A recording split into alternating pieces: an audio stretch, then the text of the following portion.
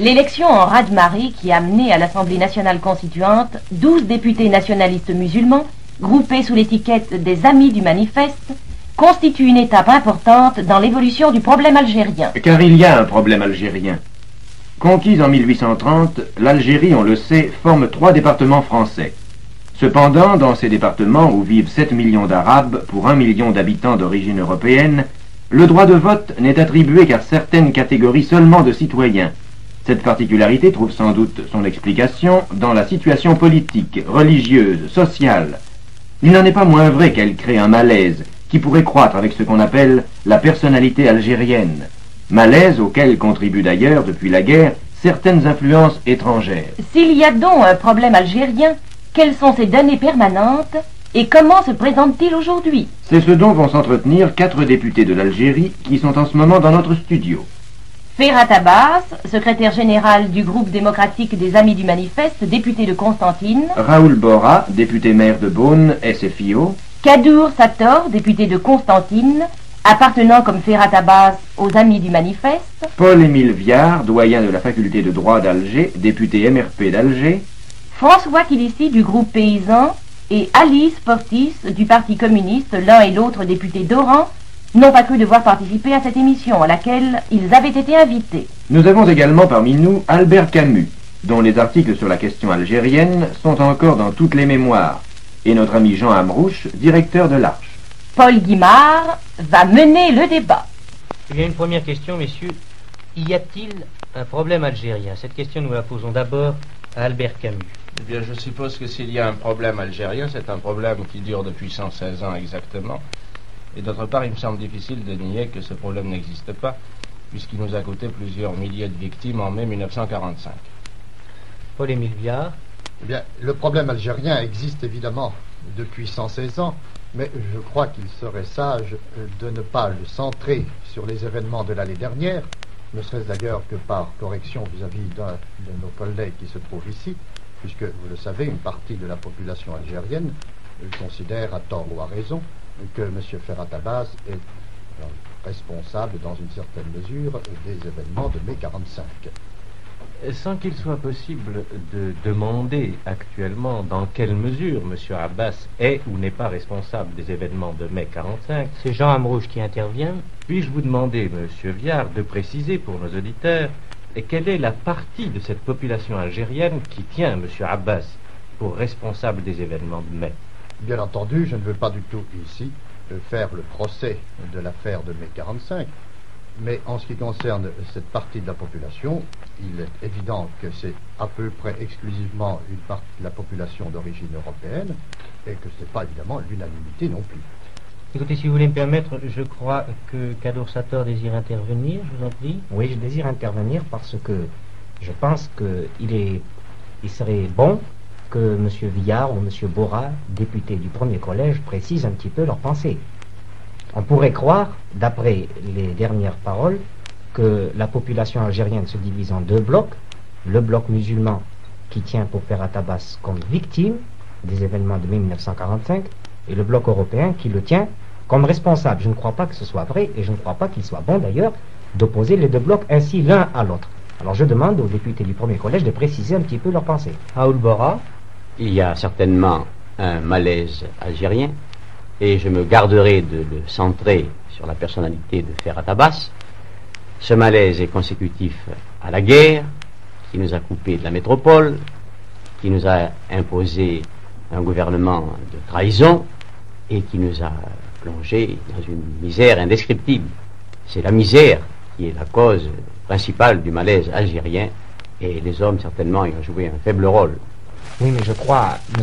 Bora, que la réponse à la question que je voulais poser n'a pas été donnée. Je voulais vous demander si vous estimez qu'en Algérie, il y avait 2 blocs, l'un européen, l'autre musulman, l'un tenant Ferhat Abbas pour victime, l'autre le tenant pour innocent. J'ai abordé, mon cher collègue, le fond du problème, n'est-ce pas? Mais je vous réponds très facilement que je ne crois pas qu'il y ait en effet 2 blocs hostiles, 2 blocs antagonistes en Algérie. Ce serait un épouvantable malheur que ces blocs un jour puissent s'opposer. Il n'existe pas. Je pense que nous devrons faire toute la lumière, en effet, sur les lamentables événements du mois de mai 1945, que, par ailleurs, s'il y a eu une blessure dans l'âme algérienne à la suite de ces événements-là, nous devons la guérir et non pas la rouvrir. Et c'est dans cet esprit qu'au cours de la dernière législature, nous avons fait voter par l'unanimité de la Chambre française une loi de large amnistie, dont j'ai eu l'honneur d'être le rapporteur à l'Assemblée. Je crois que c'est cet esprit-là qui devrait inspirer tous ceux qui aiment l'Algérie, qui veulent la servir, n'est-ce pas? Unir les deux éléments de la population. Ferhat Abbas. Je suis de ceux qui ont toujours revendiqué leurs responsabilités. Et lorsque je dis que ni moi, ni mes amis ne sommes responsables des événements du 8 mai, je dis la vérité. Et à ce sujet, je suis venu à Paris pour demander précisément au Parlement d'envoyer une commission d'enquête pour que toute la lumière se fasse autour de ces malheureux événements. L'essentiel, c'est que l'amitié des musulmans et des Français d'Algérie soit de nouveau une réalité. La communauté algérienne doit être avant tout une fraternité franco-musulmane. D'ailleurs, effectivement, les événements de mai 45 ne sont qu'une manifestation d'un malaise général. Ils dénotent simplement que ce malaise est profond et peut-être plus grave que nous l'avons cru, mais il serait bon d'essayer de définir les données générales du problème algérien. Et si je me tourne vers Albert Camus. Eh bien, je crois qu'en effet, ces émeutes ne sont qu'un signe, mais c'est un bon signe, ou un mauvais signe, comme on voudra. Mais les éléments du malaise algérien, il me semble qu'on peut les définir de plusieurs façons, mais qu'une des bonnes perspectives pour les aborder serait de reprendre un peu ce qu'a dit M. Borra tout à l'heure, qui a attribué à la misère et, au fond, aux difficultés économiques la majeure partie de la crise de l'Afrique du Nord. Je crois au contraire que cette crise économique, si elle a joué un rôle très important, n'est cependant ne représente qu'un aspect de la crise générale et que la crise politique est beaucoup plus importante que la crise économique. Si on arrivait à régler le problème économique, il est bien certain qu'on faciliterait la solution de la crise politique. Il n'empêche pas que le problème politique demeure et c'est lui qu'il faut définir. Je vous en prie. Sur ce point, je suis absolument d'accord avec M. Camus.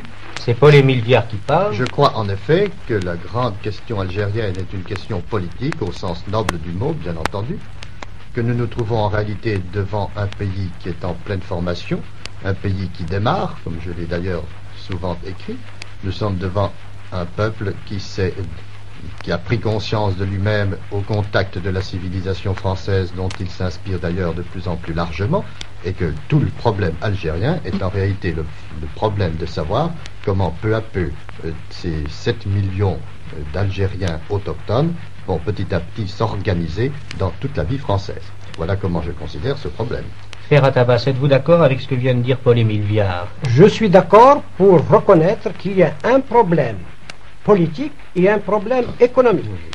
Mais nous disons que c'est la solution du problème politique qui amènera avec lui la solution du problème économique. L'Algérie a besoin autant de pain que de réformes de structure portant sur le plan politique. Mais alors, en gros, quelles sont les données de ce problème politique, puisque c'est lui qui conditionne tout le reste, d'après vous? À mon avis, l'Algérie est dans un tournant de l'histoire. J'estime et je crois qu'il serait sage de l'orienter vers ce que nous appelons la politique de la personnalité algérienne. C'est-à-dire que la politique dite de rattachement et d'assimilation qui faisait de l'Algérie uniquement et simplement 3 départements français est une politique qui doit disparaître. C'est une simple fiction, car en Algérie, il y a autre chose que 3 départements français.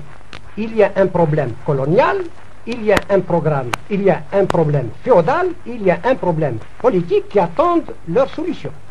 Voulez-vous permettre à Jean Amrouche d'intervenir à son tour? Je suis d'accord avec Albert Camus, comme avec Farhat Abbas, comme avec Paul-Émile Viard, pour reconnaître la primauté du problème politique, mais j'ai l'impression que le problème est encore plus profond, parce qu'il ne s'agit pas simplement d'un problème de structure, il s'agit aussi d'un problème qui porte sur la substance même de la vie algérienne, je veux dire un problème moral. Et ce malaise moral constitue l'atmosphère même dans laquelle toutes les discussions s'instaurent, et c'est ce malaise moral qui vicie, qui gauchit tous les problèmes, toutes les questions qui sont posées en terre algérienne. Et d'ailleurs, quiconque aborde avec un esprit non prévenu l'Algérie, après avoir quitté la France, s'aperçoit immédiatement que l'atmosphère humaine n'est plus la même. On n'y respire pas l'atmosphère de l'égalité entre hommes qu'on respire tout naturellement en France, et j'ajouterai que ceux qui ressentent le plus douloureusement ce changement d'atmosphère humaine, ce sont les Algériens, je veux dire les autochtones d'Algérie, après avoir fait un séjour en France. Là, ils goûtent la liberté, l'égalité, dans l'air même qu'ils respirent, et sitôt qu'ils retournent chez eux, dans leur pays, eh bien, il en est qui s'y sentent étrangers. Ils sont en quelque manière rejetés du corps social. Paul-Émile Viard. Eh bien, je partage en grande partie l'opinion de M. Amrouche. Je crois en effet qu'il y a un problème moral à la base de tout le problème algérien, qui présente d'ailleurs deux faces, car si d'un côté nous constatons en effet que l'Algérien autochtone souffre quand il rentre en Algérie et qu'il est passé dans la métropole, l'Algérien d'origine métropolitaine a également lui une autre sensation, c'est la sensation d'être abandonné lui par la métropole et de ne plus se sentir comme celui qui doit représenter son esprit, qui doit être resté la caution en quelque sorte du développement de la civilisation française au sein de la population algérienne. C'est pour ça d'ailleurs que je ne crois pas que l'opinion de mon collègue M. Ferhat Abbas soit absolument exacte et que l'on puisse parler du développement d'une personnalité algérienne avec toutes les conséquences politiques que cela peut entraîner, parce que précisément l'Algérie ne peut espérer devenir véritablement quelque chose de comparable à la France et vraiment redevenir la France, un des morceaux de la France, que dans la mesure où elle s'intégrera de plus en plus par chacun de ses enfants au sein de la vie française, métropolitaine et algérienne. Oui, mais alors précisément, comment se traduira en fait cette personnalité algérienne? Parce qu'enfin ici, nous nageons un peu dans les abstractions. Eh bien, je ne crois pas qu'il y ait une véritable personnalité algérienne. Actuellement, elle paraît exister, je crois qu'elle n'existe que par suite de découpage administratif que la France elle-même en a fait. Toute l'histoire de l'Algérie montre que l'Algérie n'a eu une véritable vie que dans la mesure où elle baignait dans un grand empire. C'est le cas actuellement. Je crois par conséquent qu'il vaut mieux chercher à informer en quelque sorte l'âme algérienne par le génie français, mais que cela n'entraîne pas des conséquences administratives et politiques. Raoul Borra. Je pense, en socialiste naturellement, que la question essentielle en Algérie, comme les pays du monde, c'est la question sociale. Je ne sous-estime pas l'importance des problèmes politiques, mais ce sont les difficultés économiques qu'il faut d'abord résoudre. En Algérie, il faut libérer l'homme. Et à ce point de vue, nous ne devons pas sous-estimer l'œuvre entreprise depuis la libération du pays. Il y a un grand plan quinquennal, non seulement élaboré, mais en voie d'exécution, qui justement fait évoluer, par exemple, le paysanat musulman, qui industrialise le pays, qui va par conséquent lui donner, dans quelques années, une prospérité insoupçonnée, et j'ajoute immédiatement que cela n'empêchera pas de libérer l'Algérie sur le plan politique. Oui, mais d'après vous, primauté du de problème l'économie. économique. Oh, certainement, quand tous les musulmans travailleront, n'est-ce pas, selon leur goût, et auront des possibilités de vivre très larges, eh bien, je suis bien convaincu qu'on ne parlera plus de malaise algérien. Mais cependant, j'enchaîne immédiatement en disant que les problèmes politiques ont son importance et que je ne le vois pas résolu sans l'aide de la métropole. Car moi aussi, je pense que mon collègue Viard, que la personnalité algérienne n'existe pas encore. Je ne sais pas si elle est en formation, c'est bien possible. En tout cas, nous ne la contrarierons pas, nous socialistes, parce que nous ne pouvons pas préfigurer l'avenir. Mais dans l'immédiat, cette personnalité n'existe pas. Et l'Algérie doit évoluer grâce à la métropole, justement, qui lui donnera des possibilités de vie politique et matérielle de plus en plus larges. Eh bien, voulez-vous que nous laissions à Ferhat Abbas le soin de vous répondre? Je dis que cette personnalité existe du fait même, et il s'agit simplement d'être de bonne foi, que 116 ans de colonisation n'ont pas pu faire de l'Algérie 3 départements français. Et que si aujourd'hui un problème algérien existe, c'est que précisément cette personnalité a joué à l'insu même des populations musulmanes.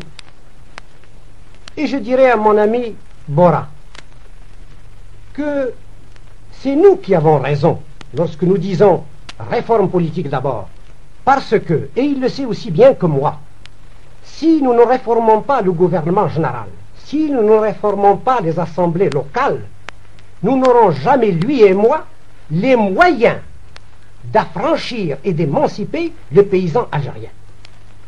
Et toute la question est là. Quant à la métropole, j'estime que ces droits sont sauvegardés du fait que lorsque nous, mes amis et moi, nous demandons le respect de la personnalité algérienne, nous le demandons dans une unité française.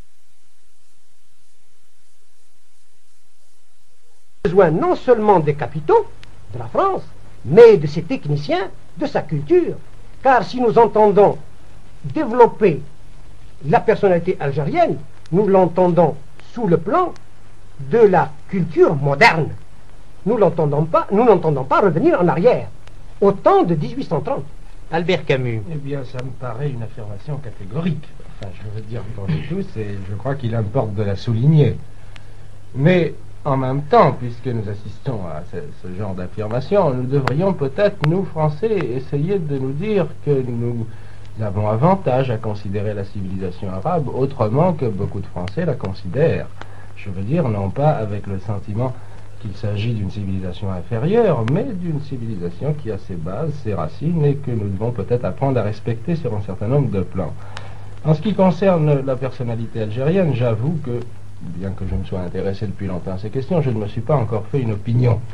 J'aurais donc tort d'affirmer quelque chose de précis. Mais, enfin, pour dire toute ma pensée, ce problème algérien qui était si important pour moi, me paraît maintenant s'inscrire dans un problème beaucoup plus général. Je veux dire que le malaise politique algérien, pour moi, vient de la paresse de la pensée politique de la métropole. Nous sommes toujours de 20 ans en retard sur la situation politique réelle, et ça n'est pas spécial à la France, c'est vrai pour toutes les nations. Il semble que les situations politiques vont comme les avions, très vite, tandis que la pensée va avec la lenteur de sa maturité personnelle et n'arrive pas à rejoindre les situations.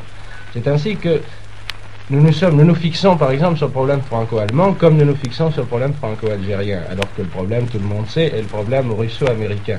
Mais le problème russo-américain, et là nous revenons à l'Algérie, va être dépassé lui-même avant très peu, ça ne sera plus un choc d'empire, nous assisterons à un choc de civilisation, et nous voyons dans le monde entier les civilisations colonisées surgir peu à peu et se dresser contre les civilisations colonisatrices.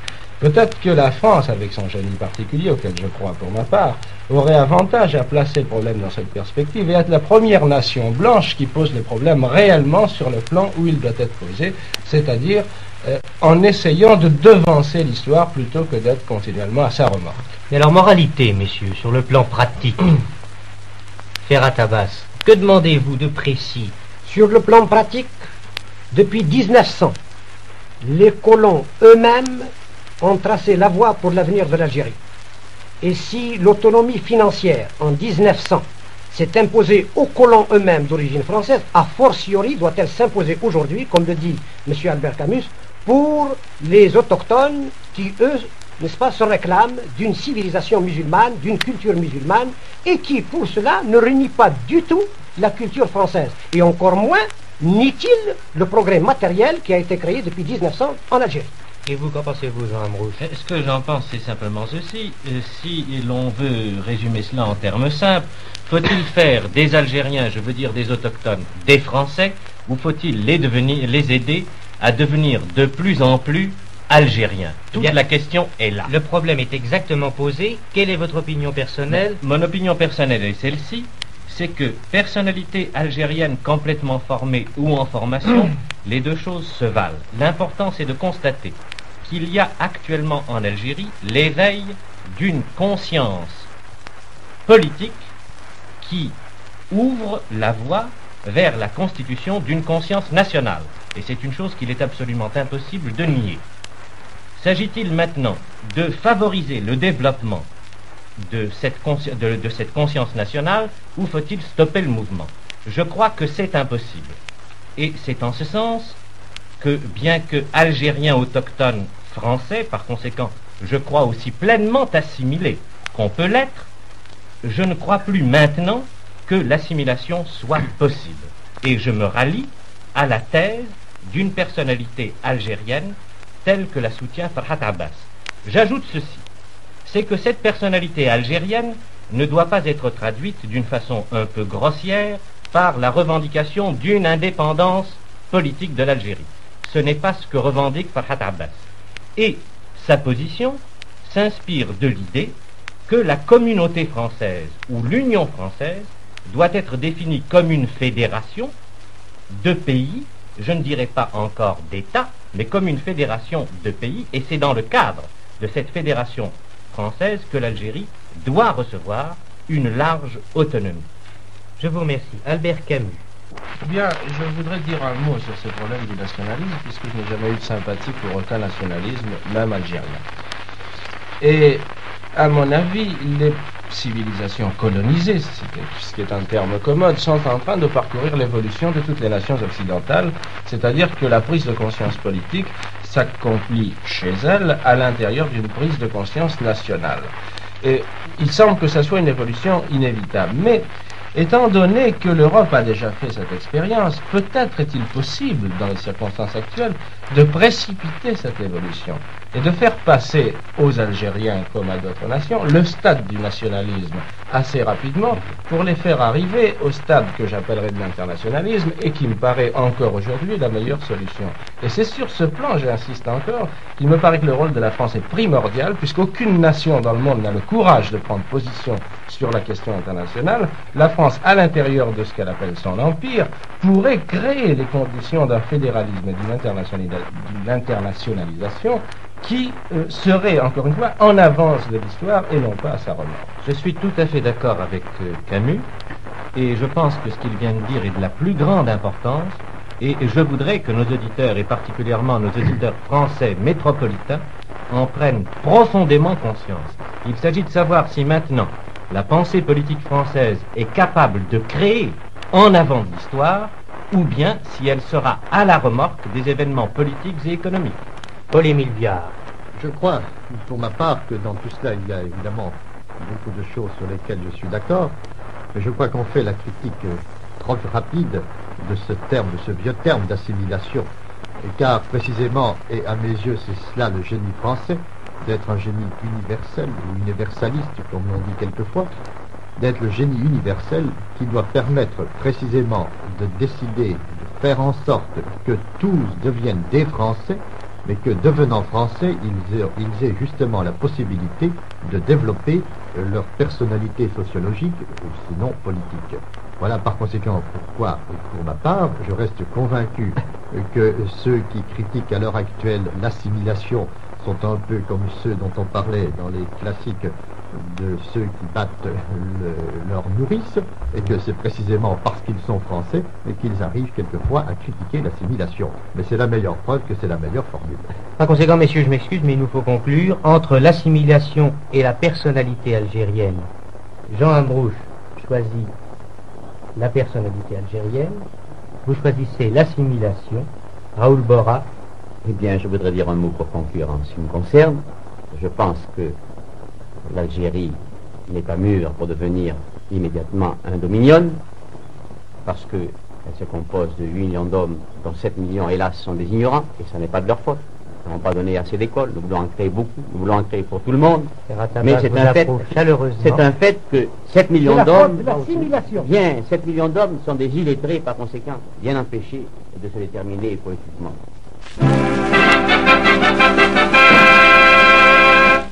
Albert Camus vient de conclure un échange de vues sur le problème algérien, auquel ont participé avec lui Ferhat Abbas, Jean Amrouche, Raoul Borra, Kadour Sator et Paul-Émile Viard. Il semble que les situations politiques vont comme les avions, très vite, tandis que la pensée va avec la lenteur de sa maturité personnelle et n'arrive pas à rejoindre les situations.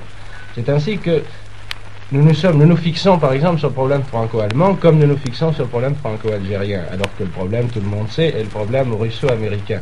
Mais le problème russo-américain, et là nous revenons à l'Algérie, va être dépassé lui-même avant très peu. Ça ne sera plus un choc d'empire, nous assisterons à un choc de civilisation, et nous voyons dans le monde entier les civilisations colonisées surgir peu à peu et se dresser contre les civilisations colonisatrices.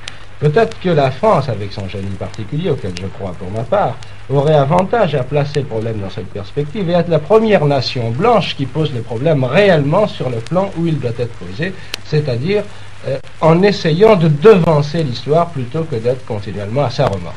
Mais alors, moralité, messieurs, sur le plan pratique, Ferhat Abbas, que demandez-vous de précis? Sur le plan pratique, depuis 1900, les colons eux-mêmes ont tracé la voie pour l'avenir de l'Algérie.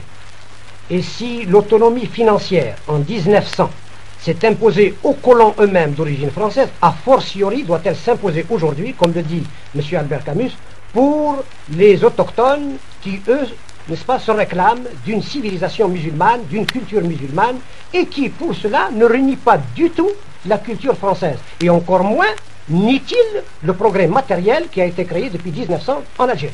Et vous, qu'en pensez-vous, Jean Amrouche? Ce que j'en pense, c'est simplement ceci. Si l'on veut résumer cela en termes simples, faut-il faire des Algériens, je veux dire des autochtones, des Français, ou faut-il les aider à devenir de plus en plus algériens? Toute la question est là. Le problème est exactement posé. Quelle est votre opinion personnelle? Mon opinion personnelle est celle-ci. C'est que personnalité algérienne complètement formée ou en formation, les deux choses se valent. L'important, c'est de constater qu'il y a actuellement en Algérie l'éveil d'une conscience politique qui ouvre la voie vers la constitution d'une conscience nationale. Et c'est une chose qu'il est absolument impossible de nier. S'agit-il maintenant de favoriser le développement de cette conscience nationale, ou faut-il stopper le mouvement? Je crois que c'est impossible. Et c'est en ce sens que, bien que algérien autochtone français, par conséquent, je crois aussi pleinement assimilé qu'on peut l'être, je ne crois plus maintenant que l'assimilation soit possible.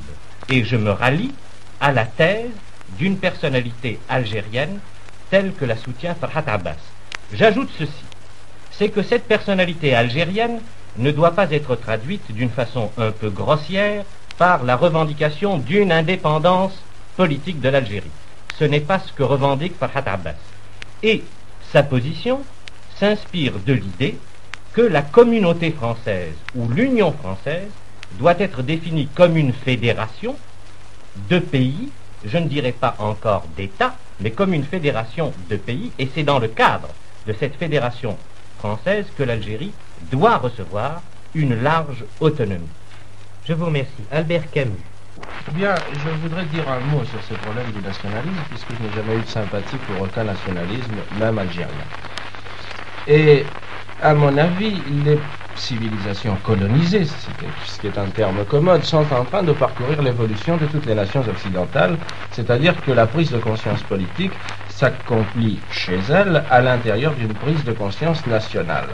Et il semble que ça soit une évolution inévitable. Mais, étant donné que l'Europe a déjà fait cette expérience, peut-être est-il possible, dans les circonstances actuelles, de précipiter cette évolution et de faire passer aux Algériens, comme à d'autres nations, le stade du nationalisme assez rapidement pour les faire arriver au stade que j'appellerais de l'internationalisme et qui me paraît encore aujourd'hui la meilleure solution. Et c'est sur ce plan, j'insiste encore, qu'il me paraît que le rôle de la France est primordial, puisqu'aucune nation dans le monde n'a le courage de prendre position sur la question internationale. La France, à l'intérieur de ce qu'elle appelle son empire, pourrait créer les conditions d'un fédéralisme. L'élection en raz-de-marée qui a mené à l'Assemblée nationale constituante 12 députés nationalistes musulmans, groupés sous l'étiquette des Amis du Manifeste, constitue une étape importante dans l'évolution du problème algérien. Car il y a un problème algérien. Conquise en 1830, l'Algérie, on le sait, forme 3 départements français. Cependant, dans ces départements où vivent 7 millions d'Arabes pour 1 million d'habitants d'origine européenne, le droit de vote n'est attribué qu'à certaines catégories seulement de citoyens. Cette particularité trouve sans doute son explication dans la situation politique, religieuse, sociale. Il n'en est pas moins vrai qu'elle crée un malaise qui pourrait croître avec ce qu'on appelle la personnalité algérienne.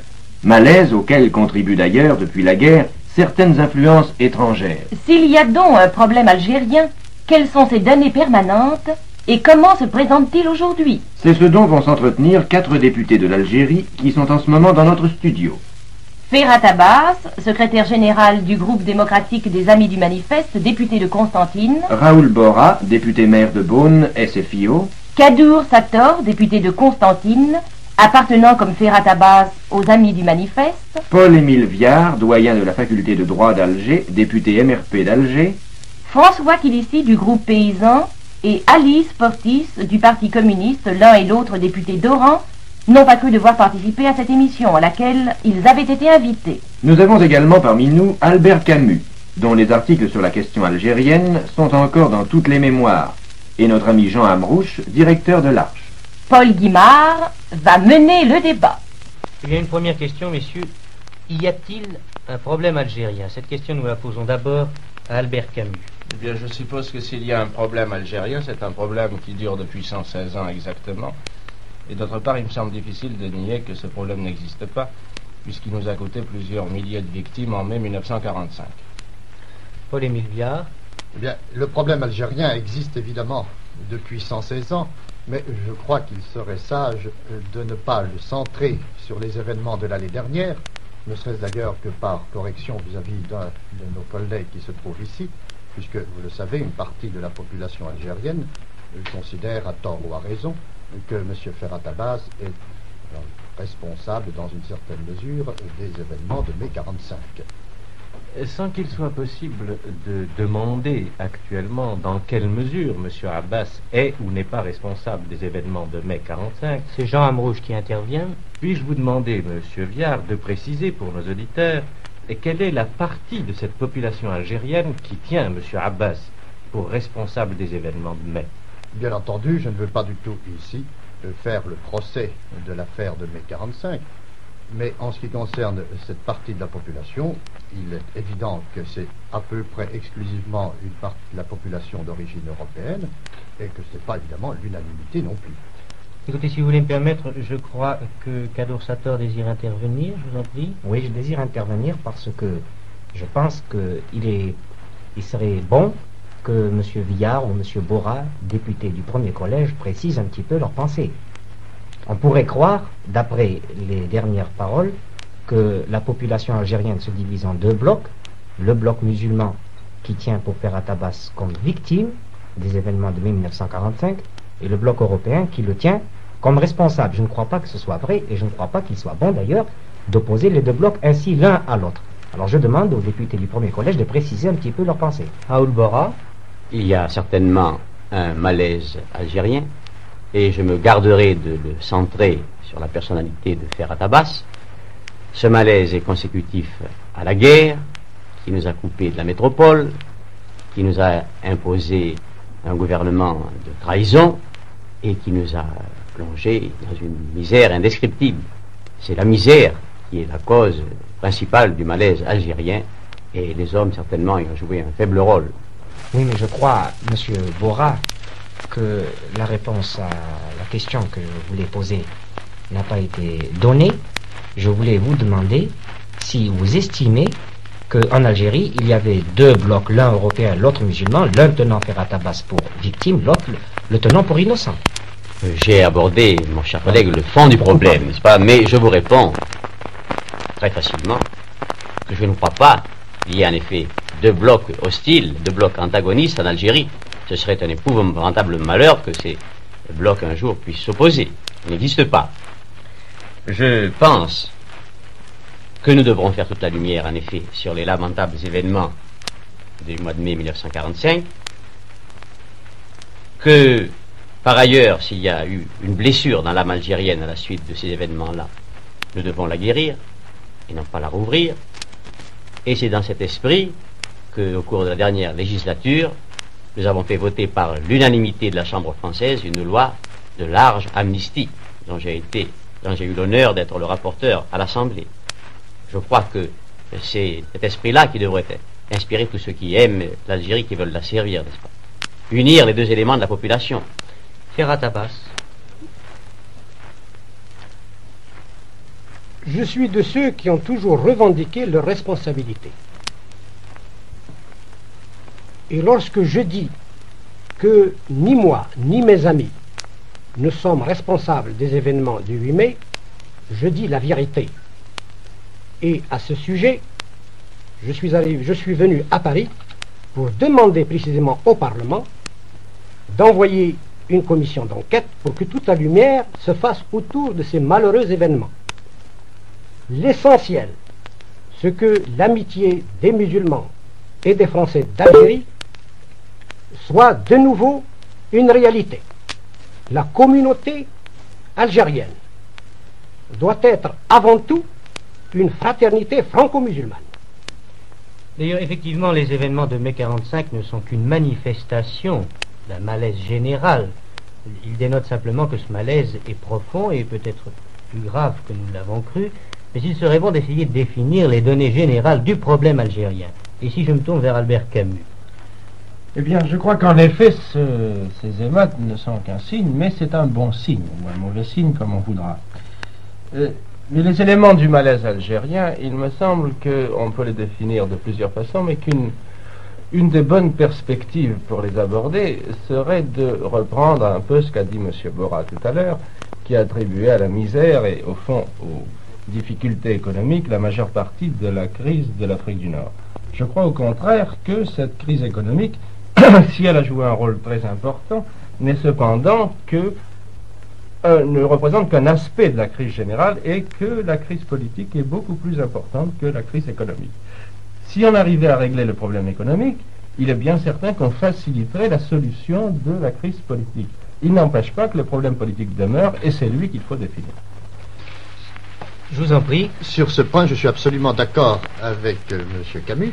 C'est Paul-Émile Viard qui parle. Je crois en effet que la grande question algérienne est une question politique, au sens noble du mot, bien entendu, que nous nous trouvons en réalité devant un pays qui est en pleine formation, un pays qui démarre, comme je l'ai d'ailleurs souvent écrit. Nous sommes devant un peuple qui a pris conscience de lui-même au contact de la civilisation française, dont il s'inspire d'ailleurs de plus en plus largement, et que tout le problème algérien est en réalité le problème de savoir comment peu à peu ces 7 millions d'Algériens autochtones vont petit à petit s'organiser dans toute la vie française. Voilà comment je considère ce problème. Ferhat Abbas, êtes-vous d'accord avec ce que vient de dire Paul-Émile Viard? Je suis d'accord pour reconnaître qu'il y a un problème politique et un problème économique.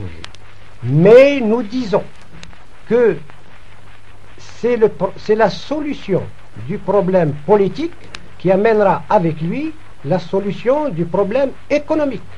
L'Algérie a besoin autant de pain que de réformes de structure portant sur le plan politique. Mais alors, en gros, quelles sont les données de ce problème politique, puisque c'est lui qui conditionne tout le reste, d'après vous? À mon avis, l'Algérie est politique. Raoul Borra. Je pense, en socialiste, naturellement, que la question essentielle en Algérie, comme pour les pays du monde, c'est la question sociale. Je ne sous-estime pas l'importance des problèmes politiques, mais ce sont les difficultés économiques qu'il faut d'abord résoudre.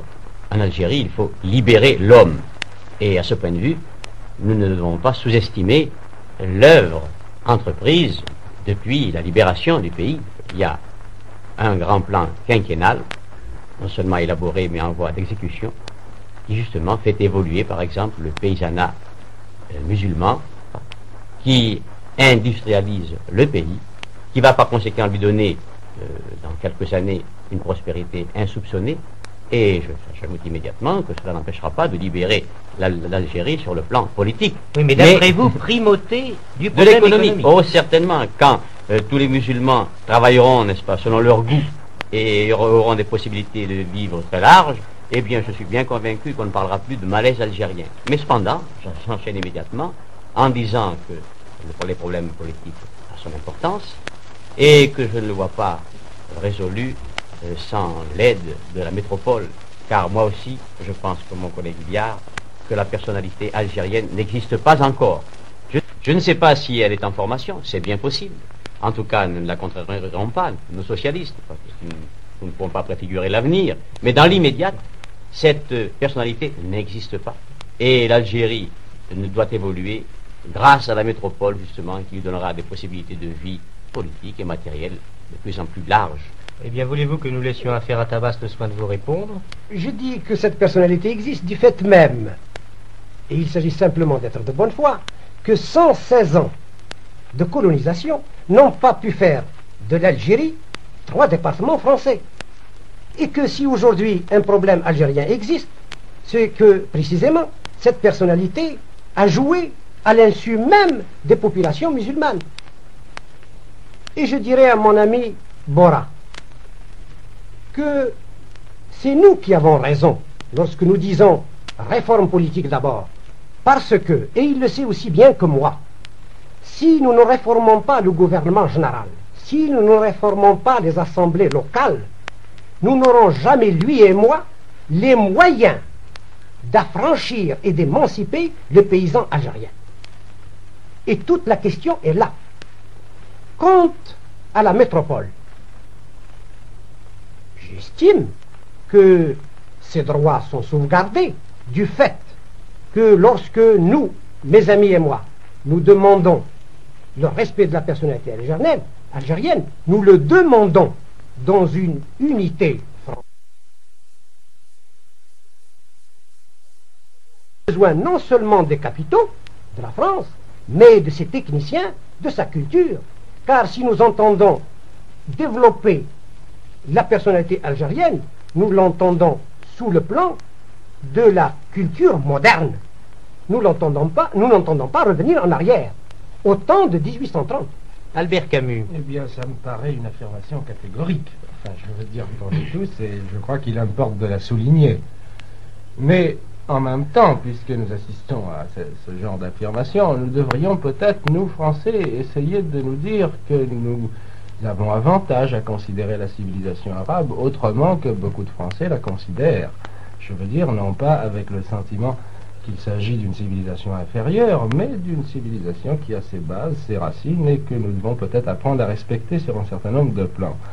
En ce qui concerne la personnalité algérienne, j'avoue que, bien que je me sois intéressé depuis longtemps à ces questions, je ne me suis pas encore fait une opinion. J'aurais donc tort d'affirmer quelque chose de précis. Mais, enfin, pour dire toute ma pensée, ce problème algérien qui était si important pour moi, me paraît maintenant s'inscrire dans un problème beaucoup plus général. Je veux dire que le malaise politique algérien, pour moi, vient de la paresse de la pensée politique de la métropole. Nous sommes toujours de 20 ans en retard sur la situation politique réelle, et ça n'est pas spécial à la France, c'est vrai pour toutes les nations. Dans un tournant de l'histoire, j'estime et je crois qu'il serait sage de l'orienter vers ce que nous appelons la politique de la personnalité algérienne. C'est-à-dire que la politique dite de rattachement et d'assimilation qui faisait de l'Algérie uniquement et simplement 3 départements français est une politique qui doit disparaître. C'est une simple fiction, car en Algérie, il y a autre chose que 3 départements français. Il y a un problème colonial, il y a un problème féodal, il y a un problème politique qui attendent leur solution. Et voulez-vous permettre à Jean Amrouche d'intervenir à son tour? Je suis d'accord avec Albert Camus, comme avec Ferhat Abbas, comme avec Paul-Émile Viard, pour reconnaître la primauté du problème politique, mais j'ai l'impression que le problème est encore plus profond, parce qu'il ne s'agit pas simplement d'un problème de structure, il s'agit aussi d'un problème qui porte sur la substance même de la vie algérienne, je veux dire un problème moral.